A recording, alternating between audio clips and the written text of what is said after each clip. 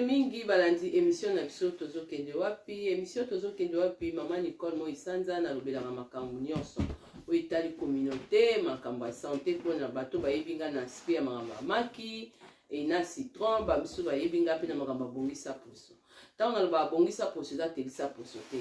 Maman Nicole na ba conseil na ye eza pona toute la famille maman bana ba papa baza pour se retrouver dans la saka biloko ebele net ba biloko ezawa eza ba crème de jour ba crème de rine ba mousse ba masque ba gel nettoyant comment qu'on nettoyer longi eza kaka ba maman misu ba yebaka te même ba mibali na bino okoki pe ko aider parce que elongi faut ezala na soin nango ezo dépendra na moi surtout mobile te surtout ba crème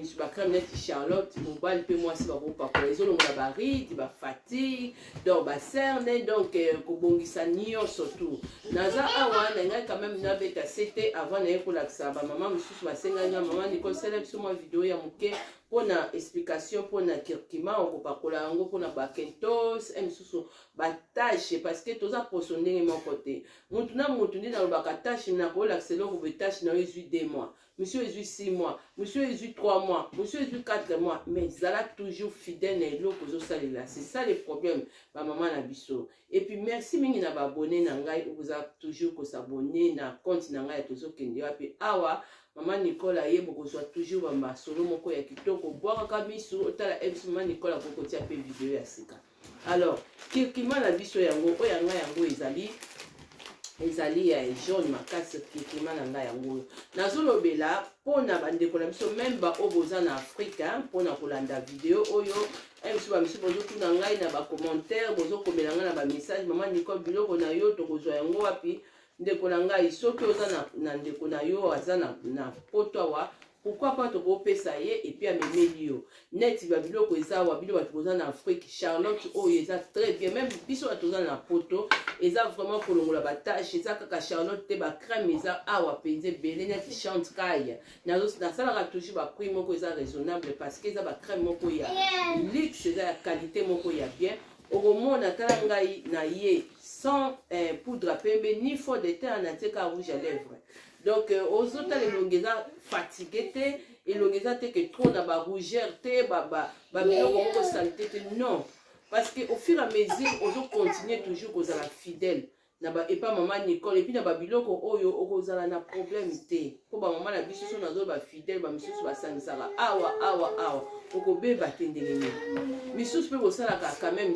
nini oyo entretien te opakoli okeyo bite longe bongi poso bongi zonga nano misusu po bi Maman Nicole iloko sikondeli naza santa chipoto naza propre be conseil nini soko kopesa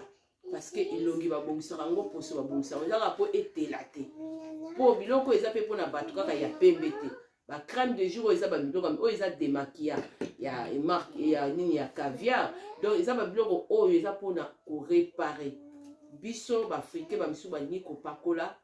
balingi ndenge eza non stop na elongi basaile mafuta ake osoma na maison africaine bayebi te ke ba mafuta na biso elongolaka ba poso mais ba oyo eza ko botisa ezo komiso gêne pe poso moko ozomona pe elongi soin sans les savoir mais ebele bayebaka yango te poso ya chocolat pe okoki pe kobongisa yango donc nazoya mpona bato oyo baza na batampo na bino misusu mama oza na batampo penza ya makasi kirkima yango oyo alors kirkima na ngai yango oyo na kati ya kirkima il faut osomba poudre oyo eza poudre ya kotia totiaka na mafuta poudre oyo ngai natekaka nakotindo te okoki esomela ngai n'importe quelle poudre te ya bato ya internet oyebi te soki eza poudre ya qualité toyebi te soki eza poudre ni oyo ngai naza na confiance ya poudre na nga emiso kotuna question Maman Nicole tosombaka poudre mpana oui ya kosomba poudre mpana nga mpo osentir mosala ezala bien moni ngai nazwi quantité ya poudre yango otie poudre awa poudre yango oyo otie mwa poudre oyo boye bato bayebi prix nango natekaka ezalaka toujours moins cher natie mwa katikati ya poudre na ngai so mpo olingi tout comme mpo olingi okotia mpe flis otie ozwi pimadu yango oyo okotia meme katikati ya pimadu voilà ozwi pima donc bolimbisi mwa moke mpona mwana Anaïs pas là-bas. Après nazwi sikoyo nabandi sikoyo kobalola nazobalola sikoyo Anaïs va là-bas, va écrire là-bas ici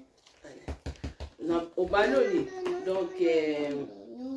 kosangisa eloko mosusu te donc tie prenini pima duna ngai non laisse bolimbisa mwa moke mpona mwana allez ozobalola obaloli vraiment ngai okotia mpe kirikima msulutu mibale kaka ya moke yeba mpe kirikima ezalaka mpe mwa jaune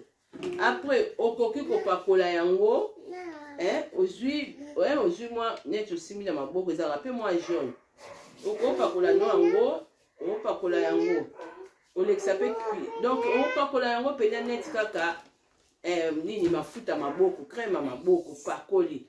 ndeko na ngai okobanda omona même bakentos na yo kirikima ekolo ezolongola epuis ndenge eza wana bato boza na batampo na butu avolala ozwi yango omoni ndenge na te mpo na tie kirikima ebele ozwi yango ale ozopakola na ntango ozolamuka bato bozokeba misala oyo oza na Charlotte ozwi Charlotte eloko mosusu te pakola na elongilo mama parce que Charlotte ekoya koede yo soki mpe oza na Charlotte te même si okotanga question mais nga na conseillera plus si poso elongi na yo ebebi fo luka babiloko oyo ezali ya makasi dans le sens que makasi na sens oyo ekobotisa poso ya sika eza teke poso pardon kata